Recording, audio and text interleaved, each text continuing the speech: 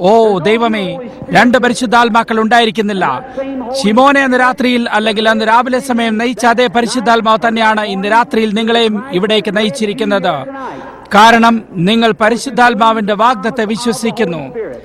അവൻ ശിമോനോട് കടപ്പെരുന്നത്രയും തന്നെ നിങ്ങളോട് കടപ്പെട്ടിരിക്കുന്നു. കാരണം അവൻ ദൈവമാകുന്നു. അവൻ തന്റെ വാക്കുകളെ പാലിക്കേണ്ടിയിരിക്കുന്നു. അതിനുശേഷം എനിക്ക് കാണാൻ കഴിയും, ശിമോൻ ക്രിസ്തുവിനെ കാണുന്നതിന് വേണ്ടി അതിയായി ആഗ്രഹിച്ചിരുന്നു. ദൈവത്തിന്റെ വചനം അവനോട് പറഞ്ഞ കാര്യങ്ങളെ അവൻ വിശ്വസിച്ചിരുന്നു. വിമർശകൻ എന്ത് തന്നെ പറഞ്ഞാൽ അത് കാര്യമാക്കിയിരുന്നില്ല. ദൈവത്തിന്റെ വചനത്തിൽ വിശ്വസിച്ചിരുന്നു. ക്രിസ്തുവിനെ കാണുന്നവൻ അതിയായി അഭിലഷിച്ചിരുന്നു. കൂടാതെ അവനെ കാണുമെന്ന് വിശ്വസിച്ചിരുന്നു. അത് ആഴിയെ വിളിക്കുന്ന ദാവീദ് പറഞ്ഞതുപോലെയാണ്. ദൈവിക രോഗശാന്തിയിൽ നിങ്ങളിൽ അധികം പേരും വിശ്വസിക്കുന്നുണ്ട്, അല്ലേ? നിങ്ങൾ ദൈവിക രോഗശാന്തിയിൽ വിശ്വസിക്കുന്നുണ്ടോ? ദൈവിക രോഗശാന്തി നിങ്ങൾ വിശ്വസിക്കുന്നു എന്നുള്ള അതേ കാര്യം തന്നെ ഒരു ദൈവിക രോഗശാന്തി ഉണ്ടെന്നുള്ളതിനെ കാണിക്കുന്നു. നാം അമേരിക്കയിൽ വന്നപ്പോൾ നാം അമേരിക്കക്കാരെ കണ്ടിരുന്നു. സൂര്യനെയോ ചന്ദ്രനെയോ പ്രകൃതിയോ അങ്ങനെയുള്ള എന്തോ ഒന്നിനെ ആരാധിച്ചിരുന്നു. കാരണം അവനൊരു മനുഷ്യനായിരിക്കെ അവനെ ഉണ്ടാക്കിയ ഒരുവനുണ്ടെന്ന് അവൻ ഉള്ളിൽ അറിഞ്ഞിരുന്നു. അതിനാൽ അവന്റെ മനുഷ്യഹൃദയത്തിൽ എന്തോ ഒന്നവനെ ആരാധനയ്ക്കായിട്ട് വിളിച്ചിരുന്നു. ഇതെല്ലാം മനുഷ്യരിലും ഉള്ളതാണ്. നിങ്ങൾ നിങ്ങളുടെ വാഹനത്തെ ആധാരിച്ചിട്ടുണ്ടാക്കാം, നിങ്ങളുടെ ജോലിയോ നിങ്ങളുടെ വീടിനെയോ അല്ലെങ്കിൽ എന്തിനെങ്കിലും ആരാധിക്കും. അതുകൊണ്ട് നിങ്ങൾക്ക് ഏതെങ്കിലും ഒരു വിഗ്രഹം ഉണ്ടെങ്കിൽ അതെടുത്ത് കളഞ്ഞിട്ട് യേശു ക്രിസ്തുവിന് ആദ്യ സ്ഥാനം കൊടുക്കുക. അവൻ എല്ലാത്തിലും പ്രഥമനായിരിക്കട്ടെ. അപ്പോൾ വിശപ്പ് ആഴത്തിലേക്കായിട്ട് ദാവീദ് പറഞ്ഞതുപോലെ നിന്റെ നീർച്ചാട്ടങ്ങളുടെ ഇരച്ചിലാൽ ആഴിയെ വിളിക്കുന്നു. ഇപ്പോൾ ആഴിയെ വിളിക്കുന്നു.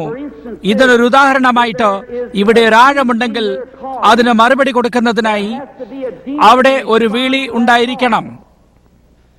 ഞാൻ അതിനെ ഇപ്രകാരം ഒന്നുകൂടി വ്യക്തമാക്കട്ടെ. ഞാൻ പ്രകൃതിയുടെ ഒരു വലിയ പ്രേമിയാണ്. കാടുകളിലേക്ക് പോകുമ്പോൾ ഞാൻ സൂര്യാസ്തമയത്തെ നിരീക്ഷിക്കാറുണ്ട്. കാട്ടുമൃഗങ്ങളുടെ കരച്ചിൽ കേൾക്കാറുണ്ട്. എന്റെ അമ്മ പാതി ഇന്ത്യക്കാരിയാണ്. അതിനാൽ എന്റെ രക്തത്തിൽ എന്തോ ഒന്ന് ഞാൻ പ്രകൃതിയെ സ്നേഹിക്കുന്നതിലുണ്ട്. കാടുകളിൽ നിന്നുള്ള ഉഗ്രമായ വിളി കേൾക്കുമ്പോൾ എന്തോ ഒന്ന് എന്റെ പ്രാണനെ തീ പിടിപ്പിക്കുന്നു. എനിക്കതിൽ യാതൊന്നും ചെയ്യാൻ കഴിയില്ല. ഈ അടുത്ത സമയത്ത് ഞാൻ ഇവിടെയുള്ള കോളറാഡോ മലകളിലായിരുന്നു. ഞാൻ അവിടെ ഒരു മലയുടെ മുകളിൽ നിൽക്കുമ്പോൾ തള്ളക്കഴുകന്റെ കുഞ്ഞുങ്ങൾ അതിന്റെ കുട്ടിൽ നിന്നും ചിറകുകളിൽ എടുത്തുകൊണ്ട് ഒരു പച്ച പുൽപ്പുറത്തേക്ക് കൊണ്ടുവരുന്നത് ശ്രദ്ധിക്കുകയായിരുന്നു. അതിനുശേഷം ആ കഴുകൻ തിരികെ പറന്ന് ഒരു ഉയർന്ന പാറയുടെ ഏറ്റവും ഉച്ചസ്ഥാനത്ത് ചെന്നിരുന്നു.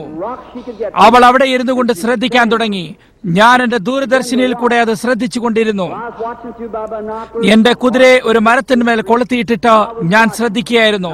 എന്നിട്ട് ഞാൻ പറഞ്ഞു, കർത്താവേ, ഞാനിത് ഇഷ്ടപ്പെടുന്നു. അത് കണ്ടിട്ട് എനിക്ക് മണത്തറിയാവുന്ന പോലെ കാണപ്പെട്ടിരുന്നു. നിങ്ങൾ എപ്പോഴെങ്കിലും ഒരു കഴുകന്റെ കൂടിന് ചുറ്റുപാടുമാണെങ്കിൽ അതിന് കഴിയും. കൂർത്ത കമ്പുകൊണ്ടുകൊണ്ടാണ് കൂടുകളെ ഉണ്ടാക്കുന്നത്. എന്നാൽ ഒരു ദിവസം ആ തള്ളക്കഴുകൻ തന്റെ ചിറകുകളെ വിരിക്കുകയും ഈ കുഞ്ഞുങ്ങൾ ചിറകിന്മേൽ കയറിയിരുന്നിട്ട് താഴേക്ക് പറന്നു പോവുകയും ചെയ്തു. ഞാൻ ആ കൊച്ചു കുഞ്ഞുങ്ങളെ ശ്രദ്ധിക്കുകയായിരുന്നു. അവർക്കൊരു പെന്തിക്കോസ്തിന്റെ ഉണർവായിരുന്നു.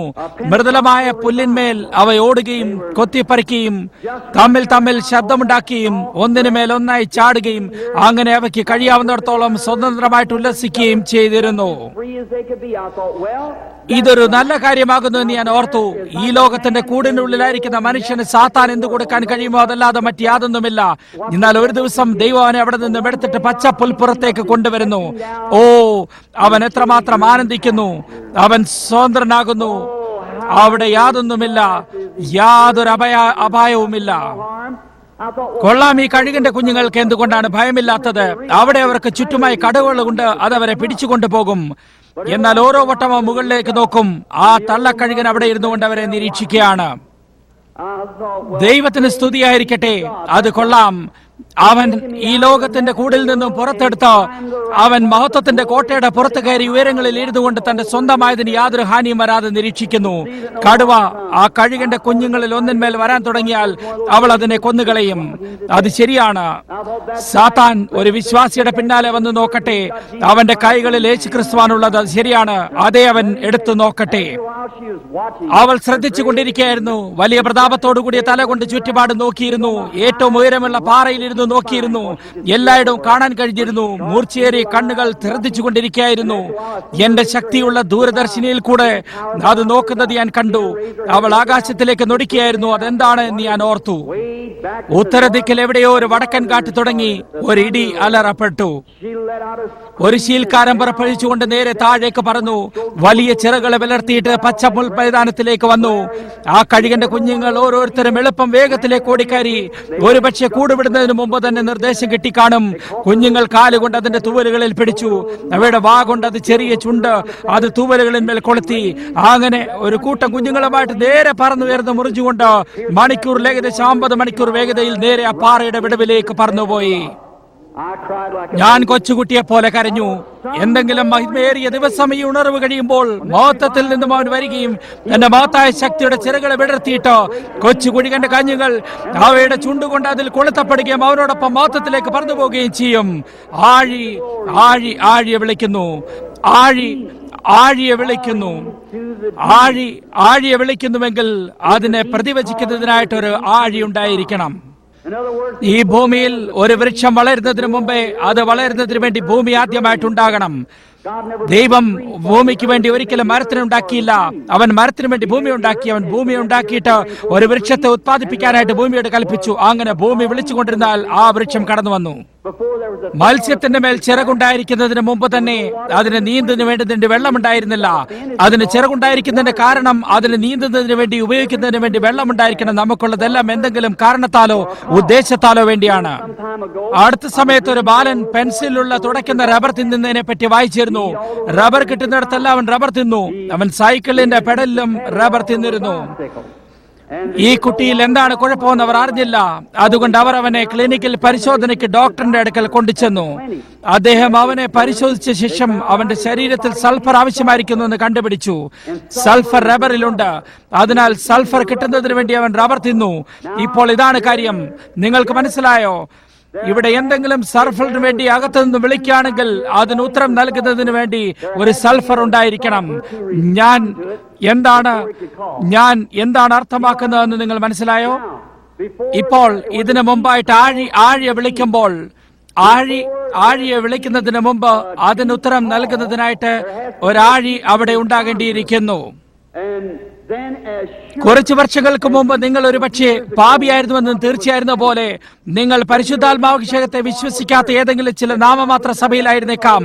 എന്നാൽ നിങ്ങൾ സന്ദേശം കേൾക്കാനിടയായി ദൈവത്തെക്കുറിച്ച് അറിയുന്നതിനും ഒന്ന് നിങ്ങളിൽ ആഗ്രഹിച്ചിരുന്നു.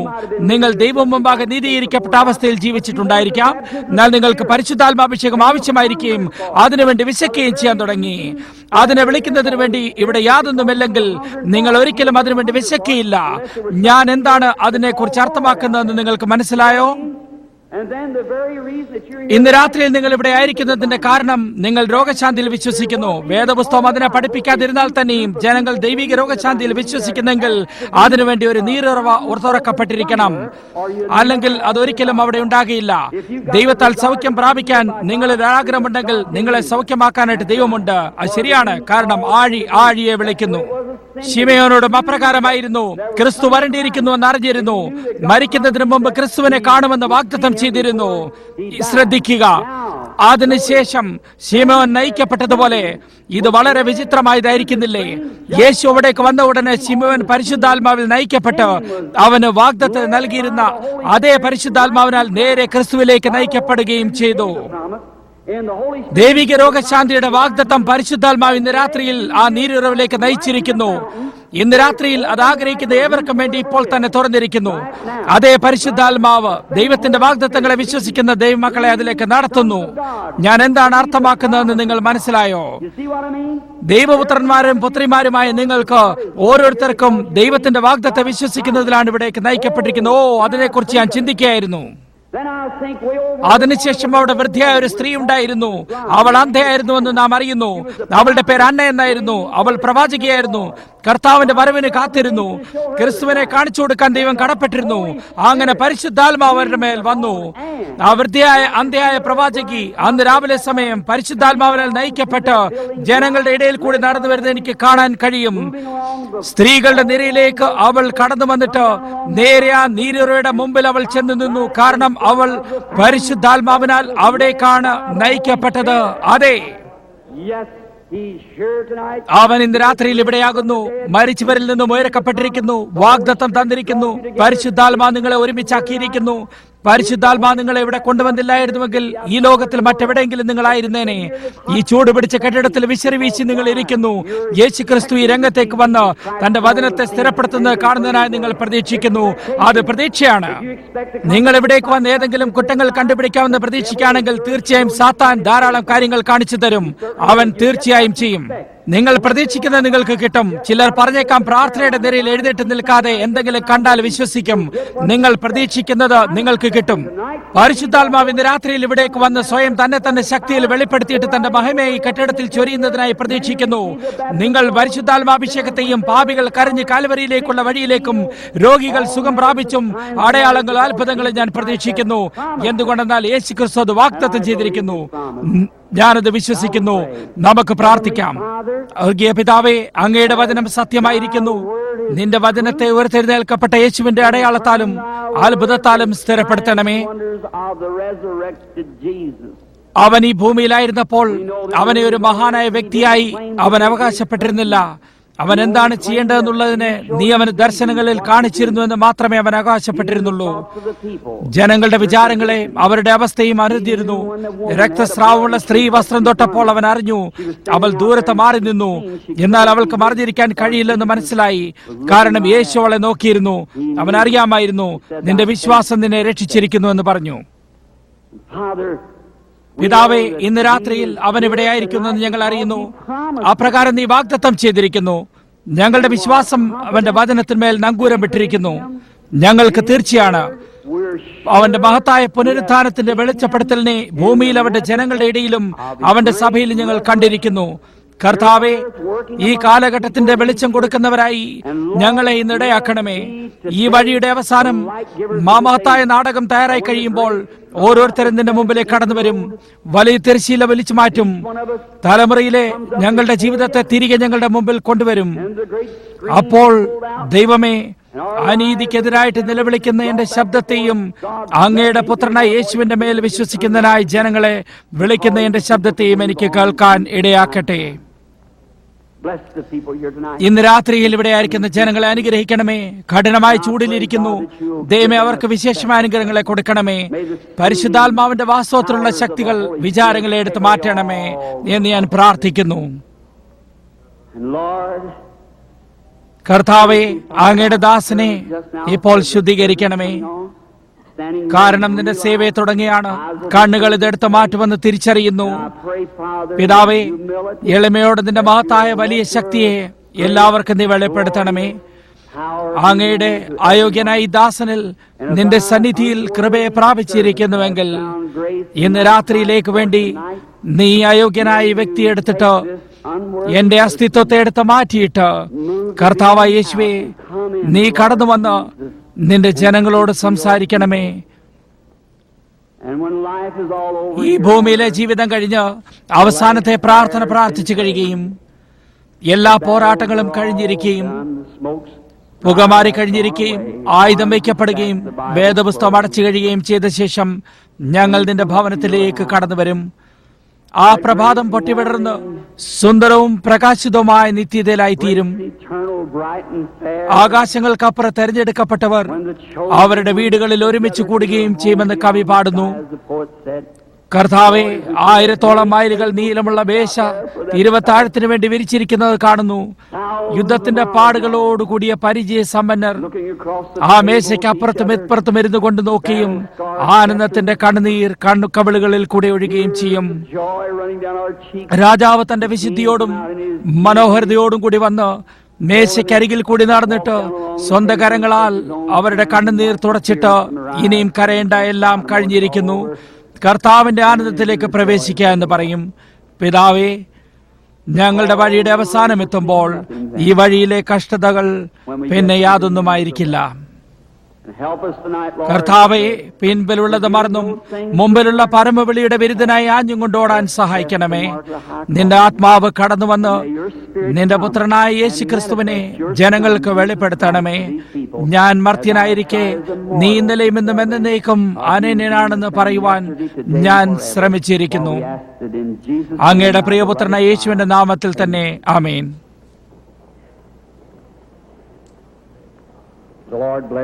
കർത്താവ് നിങ്ങളെ അനുഗ്രഹിക്കട്ടെ. ഇന്ന് രാത്രിയിൽ രോഗശാന്തിയുടെ ശുശ്രൂഷയ്ക്ക് മുമ്പ് ഒരു ബാലനെ പോലെയാകുന്നതിൽ എന്നോട് ക്ഷമിക്കണം. എന്നാൽ അവനെക്കുറിച്ച് സംസാരിക്കുമ്പോൾ എന്തോ എന്റെ ഹൃദയത്തിൽ കടന്നു വരുന്നു. എന്നെ ആദ്യമായിട്ട് ശുശ്രൂഷയ്ക്കായി വിളിക്കപ്പെട്ടതിനെ കുറിച്ച് ഞാൻ ഓർക്കുന്നു. ബാലനായിരിക്കെ തന്നെ എനിക്ക് ദർശനമുണ്ടാകുമായിരുന്നു. ബില്ലി, നീ അതിലേക്ക് പോകരുത്, അത് സാത്താനാണ് എന്ന് അവർ പറഞ്ഞിരുന്നു. വൈദികന്മാർ ഇതറിയപ്പെട്ടിട്ട് ദർശനങ്ങൾ തെറ്റായിരിക്കുന്നുവെന്നും ഞാൻ പകുതിയോളം വിശ്വസിച്ചിരുന്നു. ഒരു ദിവസം രാത്രിയിൽ എന്റെ അടുക്കൽ ആരാകുന്നുവെന്ന് അവൻ പറഞ്ഞു. ഓ ദൈവമേ, ഇപ്പോൾ അവൻ ഇവിടെയുണ്ടെന്ന് ഞാൻ അറിയുന്നു. അവന്റെ സാന്നിധ്യത്തെ അറിയുന്നു. അവനെ സ്നേഹിക്കുന്നു. യേശുവിനെ സ്നേഹിച്ചിട്ട് ഒരു പിശാചാകാൻ എങ്ങനെ കഴിയും? എന്റെ ഹൃദയം അവന് വേണ്ടി രക്തം ചൊരിയുന്നു. അവൻ എന്റെ ഹൃദയത്തെ അറിയുന്നു. ഞാൻ അവനെ വിശ്വസിക്കുന്നു. എന്തുകൊണ്ടെന്നാൽ ദൈവത്തിന്റെ വചനവുമായിട്ട് താരതമ്യപ്പെട്ടിരിക്കുന്നു. അവരുടെ വചനം ദൈവത്തിന്റെ വചനവുമായിട്ട് താരതമ്യപ്പെടുന്നില്ല. കാരണം ഈ കാലത്താണ് നാം ജീവിക്കുന്നത്. ക്രിസ്തീയ സ്നേഹിതരെ, നിങ്ങളോട് ഇത് പറയാൻ ആഗ്രഹിക്കുന്നു. അതെന്റെ മേൽ വരുമ്പോൾ നിങ്ങൾ അത്ഭുതപ്പെട്ടേക്കാം. എനിക്ക് വിശദീകരിക്കാൻ കഴിയില്ല. വിശദീകരിക്കുന്നതിനും അപ്പുറത്താകുന്നു. ഒന്നോ അല്ലെങ്കിൽ രണ്ടോ ആളുകളുമായിട്ട് കണ്ടുമുട്ടി കഴിയുമ്പോൾ കഷ്ടിച്ച് നിൽക്കാൻ കഴിയാതെ വരുന്നു. ക്ഷീണിതനായി പോകുന്നു. അത് മനസ്സിലാക്കിയില്ലെന്നിരിക്കാം. തിരുവെഴുത്ത് അത് പ്രസ്താവിക്കുന്നു. ദാനിയേൽ പ്രവാചകൻ ഒരു ദർശനം കണ്ടിരിക്കുകയും വളരെ ദിവസത്തോളം ആ ശക്തിയില്ലാതായി തീർന്നുവെന്ന് അവൻ പറഞ്ഞു. അത് ശരിയല്ലേ? ഒരു വട്ടം ഒരു സ്ത്രീ വന്ന് അത്രയധികം വിശ്വാസത്തോടെ അവനെ തൊട്ടിട്ട് അവൻ ചുറ്റുപാടും ആരാണ് തൊട്ടതെന്ന് നോക്കുവാനിടയാക്കി. എന്നിട്ട് പറഞ്ഞു, എങ്കിൽ നിന്ന് ബലം, അതായത് പുറപ്പെട്ടു പോയിരിക്കുന്നു. ജനങ്ങളെല്ലാം തന്നെ അവിടെ നിൽപ്പുണ്ടായിരുന്നു. ഇത് ഞാനല്ല ക്രിസ്ത്യരെ, അല്ല, ഞാൻ വെറും മനുഷ്യനാണ്, പാപികളിൽ മുഖ്യനാണ്. നിങ്ങൾ സുവിശേഷകരിൽ സമയത്തിനും അപ്പുറത്തായി ജനിച്ച ഒരുവനാണ്. അവന്റെ കൃപയാൽ, ദൈവകൃപയാൽ അവൻ നിങ്ങളെ എന്റെ സഹോദരനുമാക്കി വിളിക്കാനിടയാക്കുന്നു. കൂടാതെ ഞാൻ നിങ്ങളെ സ്നേഹിക്കുന്നു. ഇന്ന് രാത്രിയിൽ കാണുന്നതിനോ അല്ലെങ്കിൽ കേൾക്കുന്നതിനോ വേണ്ടിയല്ല ഇവിടെയായിരിക്കുന്നത് പണത്തിനല്ല. അത് നിങ്ങൾക്കറിയാമല്ലോ. അതുകൊണ്ട് ഞാൻ ഒരു കാര്യത്തിന് വേണ്ടിയാണ് ഇവിടെ ആയിരിക്കുന്നത്. കാരണം യേശുവിനെ ഞാൻ സ്നേഹിക്കുന്നു. ഞാൻ നിങ്ങളെ സ്നേഹിക്കുന്നു. ക്ഷണനത്താലുള്ള വരവിനാൽ ചിലപ്പോൾ എനിക്ക് എന്നെ തന്നെ അവനിൽ സമർപ്പിക്കാനും എന്നിൽ കൂടെ അവൻ പ്രവർത്തിച്ചിട്ട് അത് നിങ്ങളെ കൂടുതൽ സ്നേഹിക്കുന്നതിനും അവനെ സ്നേഹിക്കുന്നതിനും വിശ്വസിക്കുന്നതിനും ഇടയാക്കുമെന്ന് വിശ്വസിക്കുന്നു. ഞാൻ ഇവിടെ ആയിരിക്കുന്നതിന്റെ ഏക ഉദ്ദേശം അതാണ്. ദൈവം നിങ്ങളെ അനുഗ്രഹിക്കട്ടെ. ദൈവം നിങ്ങളുടെ പാസ്റ്റർമാരെ അനുഗ്രഹിക്കട്ടെ. വാണിജ്യക്കാരെയും ഇത് നിങ്ങളോട് പറയുകയാണ്. അത്രമാത്രം ക്ഷീണിച്ചു പോകുമ്പോൾ എനിക്ക് പ്ലാറ്റ്ഫോം വിട്ടു പോകാൻ കഴിയാതെയാകുന്നു. മകനും മാനേജറും ബാക്കിയുള്ളവരും എന്നെ ശ്രദ്ധിക്കുന്നുണ്ട്. ഞാൻ നിങ്ങളോട് ഗുഡ് ബൈ പറയാൻ ആഗ്രഹിക്കുന്നു. ദൈവം നിങ്ങളെ അനുഗ്രഹിക്കട്ടെ. മഹാനദിയുടെ തീരത്ത് നാം തമ്മിൽ വീണ്ടും കണ്ടുമുട്ടാൻ കഴിയുന്നില്ലെങ്കിൽ നിങ്ങളെ രാവിലെ സമയത്ത് കാണുന്നതാണ്. അതായത് ഞാൻ കർത്താവായ യേശുവിനെ സ്നേഹിക്കുന്നു. ദർശനത്തെക്കുറിച്ച് പറഞ്ഞാൽ ദൈവം എനിക്ക് ദർശനം തരുന്നു. സത്യമാണ്. വേദപുസ്തകം എന്റെ മുമ്പിലും ദൈവം സാക്ഷ്യമാകുന്നു. അവന്റെ കൃപയാൽ അത് ചെയ്യുന്നതിന് അവൻ എന്നെ അനുവദിക്കുന്നു. അതുപോലെ ഞാനത് പ്രഖ്യാപിക്കുന്നു, പറയുകയും ചെയ്യുന്നു. അതുകൊണ്ട് എനിക്ക് വേണ്ടി പ്രാർത്ഥിക്കുക. ഒരു കാര്യം കൂടി ചോദിക്കാൻ ആഗ്രഹിക്കുന്നു. ആഫ്രിക്ക, ഇന്ത്യ, പലസ്തീൻ, ജർമ്മനി എന്നീ സ്ഥലങ്ങളിലേക്ക് പോവുകയാണ്. മന്ത്രവാദികളും അതുപോലെ വിവിധ രീതിയിലുള്ള ദുഷ്ടാത്മാക്കളായ ഗ്രസ്തരായ ആളുകൾ ഞങ്ങളെ വെല്ലുവിളിക്കും. അതുകൊണ്ട് നിങ്ങൾ എന്താണ് സംസാരിക്കുന്നത് നല്ലവണ്ണം അറിഞ്ഞിരിക്കണം. അങ്ങനെ ചൂടും ശക്തമേറിയതുമായ കാറ്റടിക്കുകയും ഉപദ്രവങ്ങൾ തുടങ്ങുകയും ചെയ്യുമ്പോൾ വാഷിംഗ്ടൺ DC-യിൽ ആരോ എനിക്ക് വേണ്ടി പ്രാർത്ഥിക്കുന്നുണ്ട് എന്ന് ഞാൻ ഓർക്കും. അങ്ങനെ ചെയ്യുമെന്ന് നിങ്ങൾ എനിക്ക് വാഗ്ദത്തം ചെയ്യുമോ? എങ്കിൽ നിങ്ങളുടെ കൈകളെ ഉയർത്തുക. നന്ദിയുണ്ട്. ദൈവം നിങ്ങളെ അനുഗ്രഹിക്കട്ടെ. വളരെ നന്ദിയുണ്ട്. പ്രാർത്ഥനയ്ക്കുള്ള കാർഡുകൾ കഴിഞ്ഞ രാത്രിയിൽ അവർ വിതരണം ചെയ്തിരുന്നു. അതിന്റെ നമ്പർ അല്ലെങ്കിൽ അക്ഷരം Y ആയിരുന്നുവെന്ന് വിചാരിക്കുന്നു. കഴിഞ്ഞ രാത്രിയിൽ 15 പേരെ വിളിച്ചിരുന്നു. അത് ശരിയാണെന്ന് ഞാൻ വിചാരിക്കുന്നു. അത് ശരിയല്ലേ സഹോദരന്മാരെ? വിതരണം ചെയ്യപ്പെട്ട കാർഡുകളിൽ ആദ്യത്തെ 15 പേരെ നാം വിളിച്ചിരിക്കുന്നു. അവരിൽ കുറച്ചുപേരെ കൂടി ഞാൻ വിളിക്കാൻ പോകുന്നു. ഒരുപക്ഷെ വിശ്വാസം കൂടിയിട്ട് 2 3 കൂട്ടരെയും കൂടി എടുക്കാൻ കഴിയും. അല്ലെങ്കിൽ പ്രാർത്ഥനയ്ക്കുള്ള കാർഡുകൾ ലഭിക്കാതെ ദൈവത്തിൽ നിന്നും രോഗശാന്തി പ്രാപിക്കാൻ ആഗ്രഹിക്കുന്നവർ എത്ര പേരുണ്ട്? പ്രാർത്ഥനയുടെ കാർഡുകൾ ലഭിക്കാത്തവർ കൈകളെ ഉയർത്തുക. നിങ്ങൾക്ക് കഷ്ടിച്ചേ അത് പറയാൻ കഴിയുകയുള്ളൂ. അതത്രയും ധാരാളമായിട്ട് എല്ലായിടത്തുമായിരിക്കുന്നു. ഞാൻ ചില കാര്യങ്ങളെ നിങ്ങളോട് ചോദിക്കുന്നു. നിങ്ങളുമായി കണ്ടുമുട്ടിയതിൽ വെച്ച് തന്റെ ആദ്യത്തെ പ്രാവശ്യമാകുന്നു. കുറച്ച് നീണ്ട സമയത്തേക്ക് യോഗത്തിലായിരുന്നിട്ട് എങ്ങനെയാണ് രോഗശാന്തി പ്രാപിക്കുന്നതെന്ന് അറിയാൻ കഴിയാത്തതൊരു മോശമായ കാര്യമാകുന്നു. ഒരു വളർച്ച സാത്താനാണ്. എല്ലാ രോഗവും പിശാചിൽ നിന്നുമാണ്. ദൈവം തന്റെ മക്കളുടെ മേൽ രോഗത്തെ ഇടുന്നില്ല, പിശാചാണ് അത് ചെയ്യുന്നത്. നിങ്ങൾ പറഞ്ഞേക്കാം സാത്താനും രോഗശാന്തി ചെയ്യാൻ കഴിയുമെന്ന്. സാത്താനെ പുറത്താക്കിയാൽ കൊള്ളാം, എന്നാൽ അവന് അത് കഴിയില്ലെന്ന് യേശു പറഞ്ഞു. സാത്താനെ പുറത്താക്കുന്നുവെങ്കിൽ തന്നിൽ തന്നെ ഛിദ്രിച്ചു പോകുമല്ലോ. അതുകൊണ്ട് അവന് കഴിയില്ല. മരുന്നും ഡോക്ടർമാരും രോഗശാന്തി അവകാശപ്പെടുന്നില്ല. മേയോ ബ്രദേഴ്സ് അധികാരികളിൽ ഏറ്റവും നല്ല കൂട്ടരാണ്. ഞങ്ങൾ രോഗശാന്തി അവകാശപ്പെടുന്നില്ല എന്നവർ പറഞ്ഞു. ഒരൊറ്റ രോഗശാന്തിക്കാരനേ ഉള്ളൂ. കയ്യിലെ ഒരു സ്ഥാനത്തെ അവർക്ക് തയ്ക്കാൻ കഴിയും, സുഖപ്പെടുത്താൻ കഴിയില്ല. ദന്തവൈദ്യന് പല്ല് പറിച്ചു കളയാൻ പറ്റും, സുഖപ്പെടുത്തുന്നത് ദൈവമാണ്. ഡോക്ടർ അപ്പൻഡിക്സ് എടുത്തു കളയും, എന്നാൽ മുറിച്ച സ്ഥാനത്തെ സുഖപ്പെടുത്തുന്ന ദൈവമാണ്. മരുന്നുകൾ ജീവകോശങ്ങളെ നിർമ്മിക്കുന്നില്ല, രോഗശുശ്രൂഷ മാത്രം നടത്തുന്നു. ഡോക്ടറിന് ഒടിഞ്ഞ കരങ്ങളെ ചേർത്ത് വെക്കാൻ കഴിയും, എന്നാൽ നിങ്ങൾ സുഖമില്ലാതെയാകുമ്പോൾ ഡോക്ടർ തന്റെ ജോലിയെ നിർവഹിക്കുന്നു. അവൻ നിങ്ങളുടെ കൈകളെ ചേർത്ത് വെക്കുന്നു, ദൈവം അത് സുഖപ്പെടുത്തുന്നതാണ്. എല്ലാ രോഗശാന്തിയും ദൈവത്തിൽ നിന്നാണ്. നിങ്ങൾ ഇപ്പോൾ അതിൽ വിശ്വസിക്കുക മാത്രം ചെയ്യുക. അതുകൊണ്ട് നിങ്ങൾ വിശ്വസിക്കുക മാത്രം ചെയ്യുക. ചിലപ്പോൾ ആ വളർച്ചകളിൽ നിന്നും ദുഷ്ടാത്മാവിന്റെ ജീവൻ പോയി കഴിഞ്ഞതിന് ശേഷം ആ വളർച്ചകൾ നശിച്ചു പോകുന്നു. ജീവൻ നിങ്ങളിൽ നിന്ന് പോയി കഴിഞ്ഞാൽ നിങ്ങൾ മരിച്ചു പോകും, എന്നാൽ ശരീരം അപ്പോഴും അവിടെയുണ്ട്. അത് ചുരുങ്ങുവാൻ തുടങ്ങുന്നു. വലിയ അപകടത്തിൽ ചത്തുപോകുന്നതായി ഏതെങ്കിലും ഒരു മൃഗത്തെ ശ്രദ്ധിച്ചു നോക്കുക, അത് ഭാരം വയ്ക്കാൻ തുടങ്ങും. വേട്ടക്കാരായിട്ട് ആരെങ്കിലും ഇവിടെ ഉണ്ടെങ്കിൽ നിങ്ങൾ ഒരു മൃഗത്തെ കൊന്നതിന് ശേഷം തുലാസിൽ ഉടനെ തൂക്കി നോക്കുക. പിന്നെ അടുത്ത ദിവസം അത് രാവിലെ തൂക്കി നോക്കിയിട്ട് അതിന് എത്രമാത്രം ഭാരം കുറഞ്ഞിരിക്കുന്നുവെന്ന് നോക്കുക. അതിന് 2-3 ദിവസത്തിന് ശേഷം അത് തൂക്കി നോക്കുക, എത്രമാത്രം ഭാരമേറിയിരിക്കുന്നതായിരിക്കുന്നു എന്ന് നമുക്ക് കാണാൻ കഴിയും. ഒരു മുഴയോ അർബുദമോ തിമിരമോ അങ്ങനെയുള്ള വളർച്ച മരിച്ചു കഴിയുമ്പോൾ ദുഷ്ടാത്മാ അതിൽ നിന്ന് പോകുന്നു. അങ്ങനെ ദുഷ്ടാത്മാവ് അതിൽ നിന്ന് പോയി കഴിയുമ്പോൾ അതൊരു ജീവനാകുന്നു. എല്ലാ വ്യക്തികളും ഒരു ചെറിയ ബീജത്തിൽ നിന്ന് കടന്നു വരുന്നു. അത് കോശങ്ങളെ വളർത്തുന്നു. ആ കോശങ്ങൾ മനുഷ്യനെ ഉണ്ടാക്കി അതിലുള്ള ജീവന്റെ സ്വഭാവത്തോടു കൂടി വരുന്നു. പട്ടിയിൽ നിന്നുള്ള കോശം പട്ടിയെ ഉണ്ടാക്കുന്നു, പക്ഷിയിൽ നിന്നുള്ള കോശം പക്ഷിയാകുന്നു. എല്ലാം അതത് സ്വഭാവത്തോടു കൂടി വരുന്നു എല്ലാ സമയവും. ഒരു വളർച്ചയായ ദുഷ്ടാത്മാവ് അതിന് വളർച്ചയിലേക്ക് എത്തേണ്ട ആവശ്യമില്ല, അത് കോശങ്ങളെ വികസിപ്പിക്കുന്നു. ഉദാഹരണമായിട്ട് ക്യാൻസർ എടുക്കാം. അത് കോശങ്ങളെ വികസിപ്പിക്കാൻ തുടങ്ങുന്നു, വലിപ്പം വയ്ക്കാൻ തുടങ്ങി, അതിനൊരു ജീവനുണ്ട്, കൂടാതെ അത് ജീവിക്കുന്നു. നിങ്ങളുടെ അമ്മയുടെ ഉദരത്തിൽ ജീവിച്ചുകൊണ്ട് വളരാൻ വരുന്നത് പോലെയാണ്. അതേ കാര്യം തന്നെയാണ്, നിങ്ങൾ വളരാൻ തുടങ്ങുന്നു. ആ ജീവൻ നിങ്ങളുടെ ജീവനല്ല, അത് വ്യത്യസ്തമായ ജീവനാണ്. ജീവിക്കുന്നതിനായി ജീവനുണ്ട്, മരണത്തിന്റെ ജീവനാണ്. ക്ഷമിക്കണം, മരണത്തിന്റെ ആത്മാവാണ്. അത് മരണമാകുന്നു. ഇപ്പോൾ നിങ്ങളുടെ ഉള്ളിൽ അത് ഉൾപ്പെട്ടിരുന്നില്ല, ഇതിനു മുമ്പ് ഉണ്ടായിരുന്നില്ല. അത് നിങ്ങളിലായിരിക്കുന്നു. ആരാണ് അതിനെ ഇട്ടത്? അത് സാത്താനാണ്. അതൊരു ബീജമാണ്. ക്യാൻസർ, മുഴകൾ, അതുപോലെയുള്ള ഏത് കാര്യങ്ങളും ബീജത്തിൽ നിന്നും വരുന്നു. കൂടാതെ നിങ്ങളും ഒരു ബീജത്തിൽ നിന്നാണ് വരുന്നത്. ഉദാഹരണമായിട്ട് തിമിരത്തെ എടുക്കാം. തിമിരത്തിന്റെ രോഗമുള്ള ഒരു വ്യക്തിക്ക് ഈ ആത്മാവ് പോയി കഴിയുമ്പോൾ കാണാൻ കഴിയും എന്നവർ പറയുന്നു. അടുത്ത ദിവസം ഒന്നുകൂടി നല്ലപോലെ കാണാൻ കഴിയും. അതിനുശേഷം 72 മണിക്കൂറിന് ശേഷം അത് ദ്രവിക്കാൻ തുടങ്ങുന്നു. യേശുവിന്റെ ഉയർത്തെഴുന്നേൽ പോലെ കോശങ്ങൾ ദ്രവിക്കുന്നില്ല. 3 രാത്രിക്ക് 3 പകലിന് മുമ്പ് ഉയർത്തെഴുന്നേറ്റു.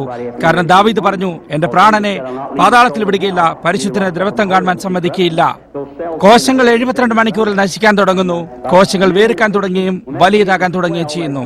കാരണം നിങ്ങളുടെ ഹൃദയത്തിന് ആ രക്തവാഹത്തെ അത് ശുദ്ധിയാക്കേണ്ടതായിരിക്കുന്നു.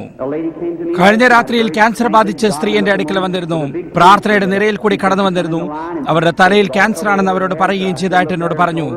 നിങ്ങളിൽ നിന്നും അത് പുറത്തു പോകാൻ പോകുകയാണെന്ന് പറഞ്ഞു. അങ്ങനെ അത് പുറത്തു വന്നു. ഒരു ലഹരി പാനീയത്തിന്റെ കുപ്പിയിലാക്കിയിട്ട് അത് വെച്ചിട്ടുണ്ട്. നമുക്കിതുപോലെ 1000-ഓളം പേരുണ്ട്. മകളെ ഈ കെട്ടിടത്തിൽ എവിടെയെങ്കിലും ഉണ്ടോ? ഈ കെട്ടിടത്തിൽ എവിടെയെങ്കിലും ഉണ്ടെങ്കിൽ ദയവായി എഴുന്നേറ്റ് നിൽക്കുമോ?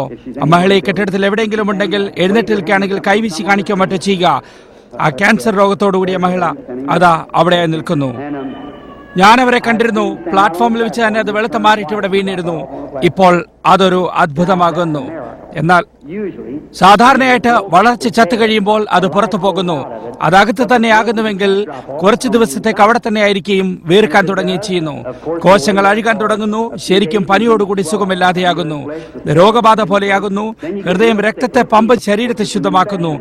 ഈ വലിയ മാംസകഷ്ണം മൂലം അതൊരു ഉഗ്രമായ രോഗിയായ അതിന്റെ അവസ്ഥയിൽ ആയിത്തീരുന്നു. അപ്പോൾ നിങ്ങൾ പറയും, പ്ലാറ്റ്ഫോമിൽ വെച്ചും അതിനുശേഷം എനിക്ക് നല്ല സുഖം അനുഭവപ്പെട്ടിരുന്നു, എന്നാൽ രോഗശാന്തി നഷ്ടപ്പെട്ടിരിക്കുന്നു എന്ന് പറയും. സഹോദര സഹോദരി, നിങ്ങളുടെ രോഗശാന്തി കിട്ടിയിരിക്കുന്നു എന്നുള്ളതിന്റെ ഏറ്റവും വലിയ അടയാളമാകുന്നു അത്. നിങ്ങൾ അവിശ്വസിക്കാൻ തുടങ്ങിയും ആ വളർച്ചയിലെ ജീവനെ എടുത്തു കളഞ്ഞതുപോലെ അവിശ്വാസം അത് തിരികെ കൊണ്ടുവരും. ഓർക്കുക, യേശു പറഞ്ഞു, അശുദ്ധാത്മ ഒരു മനുഷ്യനെ വിട്ടതിന് ശേഷം നീരില്ലാത്ത സ്ഥലങ്ങളിൽ കൂടി സഞ്ചരിച്ച് 7 ആത്മാക്കളെ കൂടി കൂട്ടിക്കൊണ്ടുവരുന്നു. ശരിയല്ലേ? അതുകൊണ്ട് വീടിന്റെ നല്ല ഉടയനായ വിശ്വാസം അവിടെ ഉണ്ടായിരിക്കട്ടെ. നിങ്ങൾക്ക് തോന്നുന്നത് പോലെയല്ല. നിങ്ങൾക്ക് അനുഭവപ്പെടുന്നുണ്ടോ എന്ന് യേശു ചോദിച്ചില്ല, നിങ്ങൾ വിശ്വസിക്കുന്നുണ്ടോ എന്നാണ് ചോദിച്ചത്. അതാണ് കാര്യം. ദൈവം നിങ്ങളെ അനുഗ്രഹിക്കട്ടെ. Y അക്ഷരത്തോടു കൂടിയ 100 പ്രാർത്ഥനയുടെ കാർഡുകൾ അവർ വിതരണം ചെയ്തിരുന്നു. അവസാനത്തെ 15 ഇന്ന് രാത്രിയിൽ നമുക്ക് എടുത്ത് ശ്രമിച്ചു നോക്കാം. പ്രാർത്ഥനയുടെ കാർഡിന്റെ അക്കമായ 85 ആരാണ്? ആരുടെ പക്കലാണ് കാർഡ് 85 ഉള്ളത്? ഇവിടെയോ പിന്നിലോ ആരെങ്കിലും ആണെങ്കിൽ കൈ ഉയർത്തുക. ശരി. 86 കാർഡിന്റെ പ്രാർത്ഥനയുടെ കാർഡ് ആരുടെ പക്കലാണുള്ളത്? ശരി. 87 പ്രാർത്ഥനയുടെ കാർഡ് 87 ദയവായി ആരെങ്കിലും എഴുന്നേക്കുമോ? ദയവായിട്ട് എഴുന്നേറ്റ് നിൽക്കുമോ? ശരി. 87. ആരെങ്കിലും ചിലർ എഴുന്നേക്കാൻ വയ്യാതെയായിരിക്കാം, കിടക്കയിൽ തന്നെ ആയിരിക്കാം, കേൾക്കാൻ കഴിവില്ലാത്തവരാകാം, ആരും സഹായിച്ചില്ല എന്നവർ പറയും. പ്രതികരണം എന്റെ കാര്യാലയത്തിൽ അതിനെക്കുറിച്ച് കിട്ടാറുണ്ട്. അവർ അവിടെ തന്നെ ഉണ്ടായിരുന്നു, ഇന്നയാളെയെല്ലാം വിളിച്ചു, ആരും സഹായിച്ചില്ല എന്ന് പറയും. ഇപ്പോൾ ശ്രദ്ധിക്കുക, 85, 86, 87 ഉണ്ട്. നിങ്ങളുടെ അടുത്തിരിക്കുന്നവരുടെ കാർഡുകളെ നോക്കുക. 87. നന്ദിയുണ്ട് സഹോദരി. 88 ആരുടെ പക്കലാണ്? 88 പ്രാർത്ഥനയുടെ കാർഡ് 88. ശരി.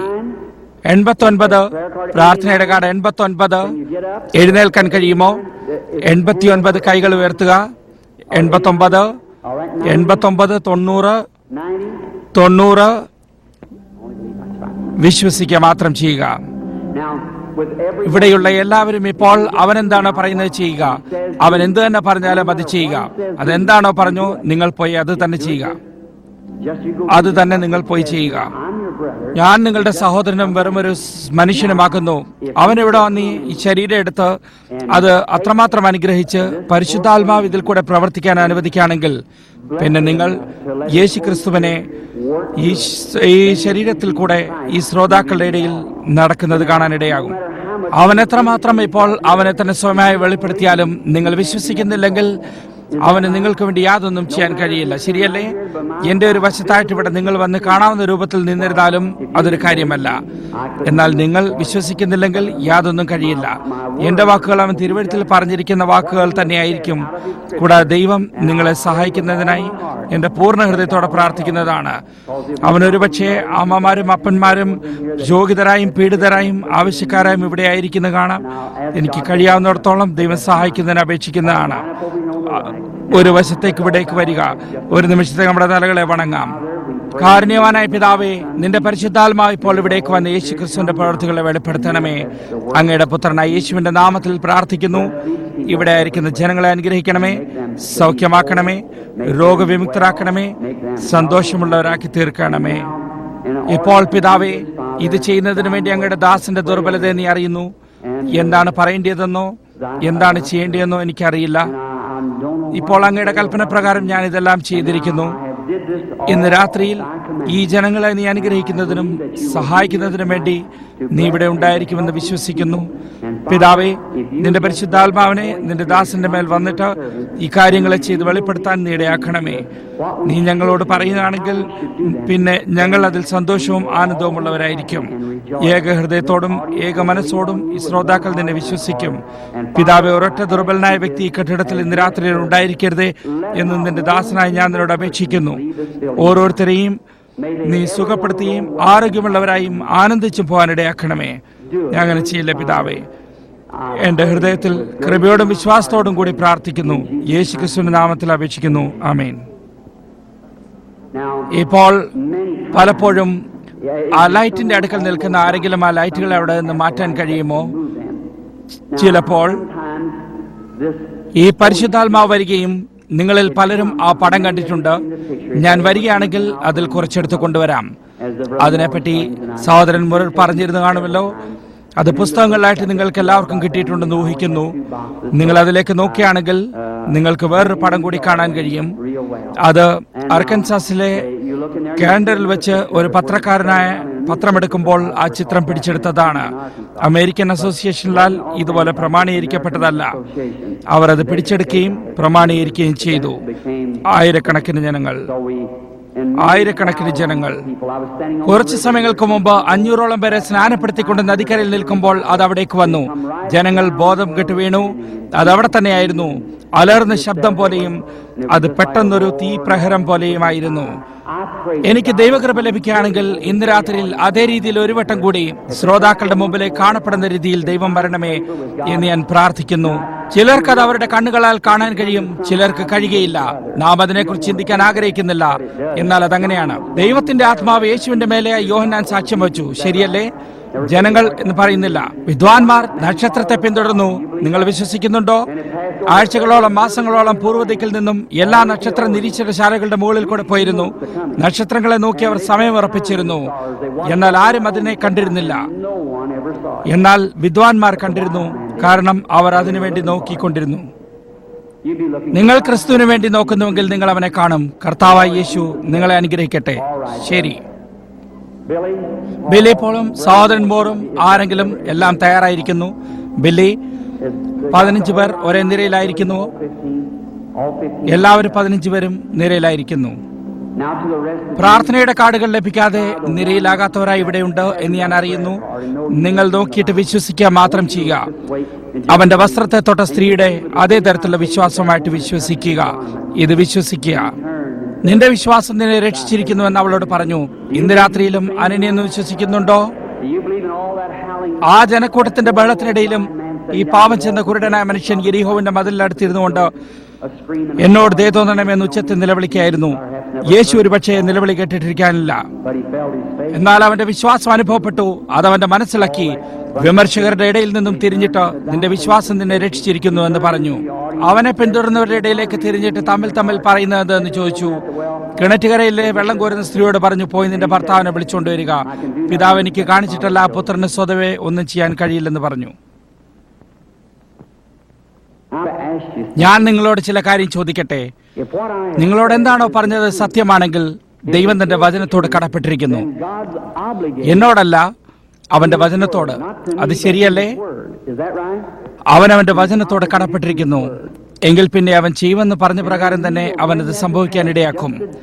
അവൻ അപ്രകാരം അത് ചെയ്യുകയാണെങ്കിൽ ഇവിടെ ആയിരിക്കുന്ന നിങ്ങളെല്ലാവരും ഇതുവരെയും യേശുക്രിസ്തുവിനെ നിങ്ങൾ സ്വീകരിച്ചിട്ടില്ലെങ്കിൽ നിങ്ങളത് ചെയ്യുന്നതിന് തയ്യാറാകുമോ? നിങ്ങളതിന് തയ്യാറാകുമോ? മറ്റുള്ളവരുടെ മേൽ അവന്റെ കരുണയെ കാണാൻ കഴിയുന്നവരാ നിങ്ങൾ. അതെ, നിങ്ങൾ വിശ്വസിക്കുകയാണെങ്കിൽ അവൻ നിങ്ങളോട് കരുണയെ കാണിക്കും. കർത്താവ്, ഞാനൊരു വിശ്വാസിയാണ്, ഇന്ന് രാത്രിയിൽ എന്നെ സുഖപ്പെടുത്താൻ ഞാൻ ആഗ്രഹിക്കുന്നതെന്ന് പറയുക. എങ്കിൽ ദൈവം അത് നിങ്ങളോട് ചെയ്യും. ഈ അടുത്ത സമയത്ത് തന്നെ ഞങ്ങൾ ആഫ്രിക്കയിൽ പോയിരുന്നു. അടുത്ത ആഴ്ചക്കുള്ളിൽ വീണ്ടും അവിടേക്ക് പോകുന്നതാണ്. ആഫ്രിക്കയിലും ഇന്ത്യയിലും പലസ്തീനിലും ജർമ്മനിയിലുമാകുന്നു. സൗത്ത് ആഫ്രിക്കയിലെ ദർബാനിൽ വെച്ച് പ്രാർത്ഥനയുടെ നിരയിൽ കൂടി 3-4 പേർ കടന്നുപോയതിനു ശേഷം പരിശുദ്ധാത്മാവിന്റെ ശക്തി ജനങ്ങളുടെ മേൽ പ്രവർത്തിക്കുന്നവർ കാണുകയും ദൈവം എന്താണ് ചെയ്യുന്നതെന്ന് കാണുകയും 30,000 പേർ ഒറ്റ വേദിയിലേക്കുള്ള വെളിയിൽ വെച്ച് യേശു ക്രിസ്തുവിനെ അവരുടെ സ്വന്തം രക്ഷിതാവായി സ്വീകരിച്ചു. ഒറ്റവട്ടം 30,000 പേർ സ്വീകരിച്ചു. അതുകൊണ്ട് നാം ദൈവത്തിന്റെ വചനത്തെ കൽപ്പനയായി എടുത്ത് ലോകമെങ്ങും പോയി പ്രസംഗിക്കുകയാണെങ്കിൽ എന്ന് ഞാൻ വിശ്വസിക്കുന്നു. സുവിശേഷം വാക്കിനാൽ മാത്രമല്ല, എന്നാൽ പരിശുദ്ധാത്മാവിന്റെ ശക്തിയോടും പ്രകടനത്തോടുമാണ് വന്നിരിക്കുന്നത്. അതുകൊണ്ട് സുവിശേഷം എന്ന് വെച്ചാൽ പരിശുദ്ധാത്മാവിന്റെ ശക്തി പ്രകടമാക്കുന്നതാണ്. ഞാൻ പല രാജ്യങ്ങളിൽ പോയിട്ടുണ്ട്. മിഷനറിയെ വേണ്ട എന്നവർ പറയുന്നു. ദൈവത്തിന്റെ വചനത്തെ വിശ്വാസമുള്ള ആരെങ്കിലും എടുത്ത് അത് വെളിപ്പെടുത്തുന്നത് കാണാൻ ഞങ്ങൾ ആഗ്രഹിക്കുന്നു എന്നാണ് അവർ പറയുന്നത്. അതാണ് അവർ കാണാൻ ആഗ്രഹിക്കുന്നത്. അപ്രകാരം പരിവർത്തനം ചെയ്യപ്പെടുന്നു, അപ്രകാരം ക്രിസ്തുവിനെ കണ്ടുപിടിക്കുന്നു. ആ രീതിയിലാണ് അവർ വിശ്വസിക്കുന്നത്. ഇന്ന് രാത്രിയിൽ ഇവിടെ വളരെയധികം ജനങ്ങൾ അതേ രീതിയിൽ ക്രിസ്തുവിനെ അവരുടെ ഹൃദയങ്ങൾ കണ്ടുപിടിക്കുന്നു ഞാൻ വിശ്വസിക്കുന്നു. നസ്രായനായ യേശു നിങ്ങളിൽ ഓരോരുത്തരെയും അനുഗ്രഹിക്കട്ടെ എന്നാണ് എന്റെ പ്രാർത്ഥന.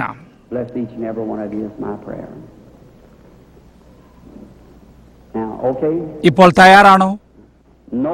ദൈവത്തെ ആരും തേടുന്നില്ല, ദൈവമാണ് മനുഷ്യനെ തേടുന്നത്. ലോകത്തിലെങ്ങും ഒരു മനുഷ്യൻ ദൈവത്തെ തേടിയതായിട്ടുണ്ടായിട്ടില്ല.